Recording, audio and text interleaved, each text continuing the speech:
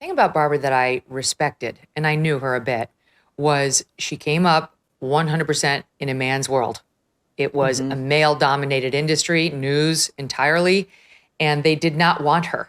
You know, she started off as a lighter features reporter on the Today Show, where she'd been a writer, and she was a good writer. And so they gave her a chance on camera, and they point out in the documentary, they weren't hiring women who she says look like me. That's what she says at that time. They wanted models. You know, that's what the Today Show was doing at that time. But Barbara didn't look like a model. And she got on because she could write and she was scrappy and she was willing to do the job. And then she started proving herself. And she definitely had talent in front of a lens. And as she worked her way up and became a star, I mean, it was like sheer star power because she was talented and she worked hard and made a name for herself at a time when it was very hard to do. She was resented, you know, and they put her into the evening news slot, and her co-host hated her guts when she left NBC, the Today Show, and went over to ABC. And she thought it was the opportunity of a lifetime. It wasn't. She said it was the most unhappy period of her life because her co-host, I'm forgetting his name right now, couldn't stand her and treated her absolutely terribly. And the entire staff hated her because they were more with him. And a woman in the evening news slot was unthinkable to anybody, even though everybody in the country loved Barbara Walters until they put her in that slot, which was for men, not for her. And then ABC got smart and kind of catapulted her to these specials and to 2020 with Hugh Downs. And that's where she really sort of got into the sweet spot of what she could do. You know, like great interviewing, great gets. But the thing about Barbara Walters that I just have never been able to get past, having read her autobiography, Audition, when it first came out, I think it was 2007 or 8, is that it was all she had. The news, her pursuit of stardom, and those who knew her, and they say this in the documentary, money, power, that was it. That was all she had. Yes, she had a daughter with whom she did not have a good relationship. And her quotes about her daughter, both in this documentary where they clearly got her obviously on tape before she passed. This is her daughter, Jackie, who she named after her sister, Jackie, are really kind of devastating. She clearly didn't get along with her. I don't think she had much use for her. I don't think she did a lot of mothering of her. And she came from sort of a messed up family. She had her older sister who she talks about hating because she was special needs. And frankly, it's kind of a courageous admission for her to say, I hated that she was special needs because it kind of ruined my life, my childhood in a way. And then her father he made and lost several fortunes, she wrote in her book. He basically was running something that looked like Ziegfeld Follies. He started it in Boston. It was very, very popular. He brought it to Times Square and elsewhere, and it really took off, the dancers and the feathers. And she grew up seeing all these celebrities behind the scenes, and that's how she got comfortable with them and realized they're just like everybody else. I'm not intimidated by them. They've got interesting stories to tell, and you shouldn't put them up in a pedestal. But her father lost fortunes, got in trouble with the law, and she had to work to help support the family, which she also resented. She also says she doesn't know if her mother ever loved her father. So that's the home she came from and the home she created, where she had, I think, 3 husbands and 1 adopted daughter who she never spent time with, who went to a special like home for kids or like school for troubled kids. And I'm going to elaborate on this in a moment. But to me, that's the real tragedy, Maureen, because I think if you look at Oprah and Barbara, in this regard, I have to give it to Oprah, who I think realized she would not have been a good mother. She could not be a mother to children. And instead, and she talks about having followed Barbara's lead, like to just go full bore in the journalism industry instead. The difference is Barbara did have a child. She adopted a little girl. And from all accounts, completely neglected her entirely. And that's what's so sad. When she died, all the tributes poured in, and people who hadn't read her memoir or didn't know that much about her just kept praising what a wonderful journalist she was. And all I could think as both a journalist and my mom myself was, it's only half the story. It's only half the story. And it's okay to talk about the other half. I think Barbara Walters would be okay with talking about the most important thing she ever undertook in her life, she completely failed at. You know, Megan, this is such a great point, and I was really horrified by the way she would talk about her daughter. She would talk about her often on The View, the way she would allow the story to be framed in the mainstream media. How interesting would it have been to interview Barbara Walters in 2025 and ask her the tough questions, the uncomfortable questions that she was so willing to ask other famous women, such as, do you think you were a good mother? Do you Yeah. think you did all you could to be there for your daughter as she navigated not just growing up as an adopted child, which is in itself a trauma? It's a very little discussed one in the culture, but you come to a home knowing that your birth parents, your birth mother at least, has given you away. That is a deep, abiding trauma. And Barbara, I theorize, felt like this was the done thing. You were a woman, you had a kid. She adopted a kid. She left that child with the governess. Cynthia McFadden helpfully tells us. By the way, this documentary has not one true friend of Barbara Walters in it, because I don't think she had a single true friend. I think she was so laser focused on becoming famous. And I think it's all wrapped up in this Freudian notion of her father, who was probably cheating on her mother with these beautiful showgirls and preferred to be in nightclubs with celebrities rather at home with his own children. And when she would get on The View, she would name drop like crazy while saying she didn't care about celebrities. And, you know, I noted that so there were two things she would always do on The View. One is she would talk about how every year she shared a birthday with Michael. I mean, every year, of course, they would go to dinner because she, Michael Douglas, and Catherine Zeta-Jones, his wife, all shared the same birthday. Those two are nowhere to be seen in this documentary, nor is her daughter, Jackie, who every summer the hosts of The View would sit around and talk about their summer plans. And then they would say to Barbara, oh, Barbara, are you going to see Jackie this summer? And Barbara would always say, well, you know, Jackie's very, very busy and I don't want to be in position. So, of course, if she has the time, you know, her daughter clearly wanted nothing to do with her. Barbara sent her packing. Her daughter developed a drug dependency, which makes total sense because this poor kid is left to fend for herself while her mother is out chasing celebrities and exclusives, and she's lonely and she feels unloved and she self-medicates. And then Barbara sends her packing to one of those homes for like emotionally troubled youth.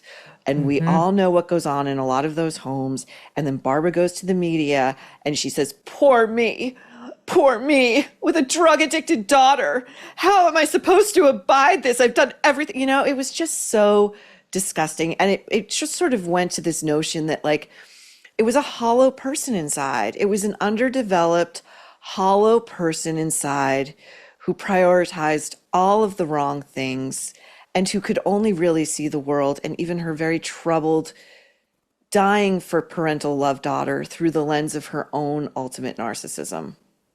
Yes, yes, because she writes in the book about how Jackie, the daughter, wound up at this school for troubled youth.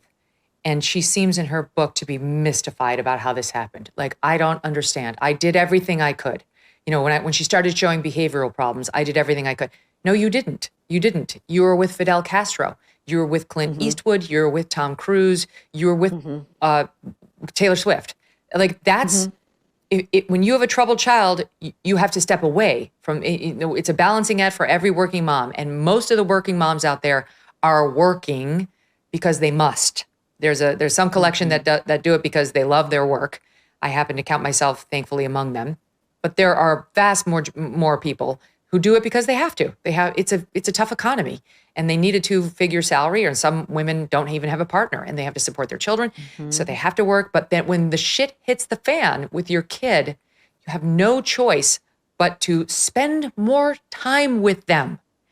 And it was the thing she didn't do. There's this quote, I've mentioned it on this show before, from her book. I pulled it for today. She's talking about her daughter. Well, she's all over the world, flitting about doing these interviews. I telephoned whenever I could, told Jackie I missed her and loved her dearly, and asked Zell, the nanny, to turn on the Today Show before Jackie went off to nursery school so she could see her mommy in the strange land called China. Then I hung up the phone, felt even lonelier, and went back to work. Now, that I think is real. Her putting the daughter in front of the television to spend time with mom while she's away. What I don't really think is real is that she felt bad about it. I don't think Barbara did feel bad about it, and I'll tell you why. And this is not going to appear in the documentary. Someone I know, this is a first-hand account, told me that on The View, they used to make a big deal out of Barbara's birthdays every year. And one year, they had a big birthday party. I believe this was on the air. I haven't got back to check this, but I have no reason to doubt it. They had a big birthday party. Yay, you turned, whatever it was. And they wheeled out a big cake. And in the cake, surprise, was her daughter. And on the air, I guess, she played it off, of course, like, oh, my daughter, wow. And this person told me after the show, she was livid with the producers and scolded them to high heaven for bringing her daughter in without asking her, because she had plans that weekend and she did not want to have to deal with her pain in the ass daughter suddenly there and wanting to spend time with her. I know that this was told to me by somebody who was there, and again, who I had total trust in. And I've never been able to look at her the same. And when she died, there were all the tributes, Maureen, about what a wonderful journalist she was, how she was a pioneer for women. She paved the path. And I acknowledge that I am somebody in some ways she paved the path for. But I have this other knowledge of her that I find deeply disturbing. And now that we're coming to grips in 2025 America with what it means to be a working woman, I had the same recoiling feeling when I watched the documentary. The whole story has to be told. The whole story of what it means when you make this choice to both work and have children should be told, and how some women have navigated it well and some women haven't. And this, I think Barbara Walters was never cut out to be a mother, and she should have done the Oprah thing. She should have said, this one's not for me. It's not for, yeah. I mean, that story is horrific. That story, she's a monster. She's a monster. It probably took a lot for Jackie to even agree to that, because she's got, I believe, really, really, really complicated feelings towards her mother. What struck me in the doc as well, they make it a point to show Barbara's last episode of The View. And I believe she had to be gently pushed off that stage, because we know all she lived for was the television camera. That was it. That was where her life began and ended. To say, put my kid in front of the TV so they can see, oh my God.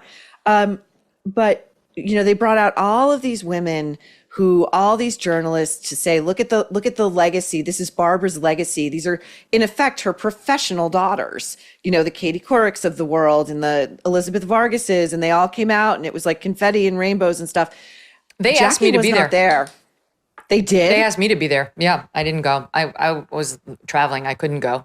But I didn't know Barbara, and I thought, this is weird. Like, why am I getting invited? And it's the Sydney Sweeney invitation to the Sanchez Bezos wedding. Let's just populate the stage with like someone who's like interesting or relevant on television right now, and make it look like this is a Barbara, mentee, and like somebody to whom Barbara, meant everything, which wasn't true at all. Just like I was going to be the Sydney Sweeney of the Barbara farewell without the boobs.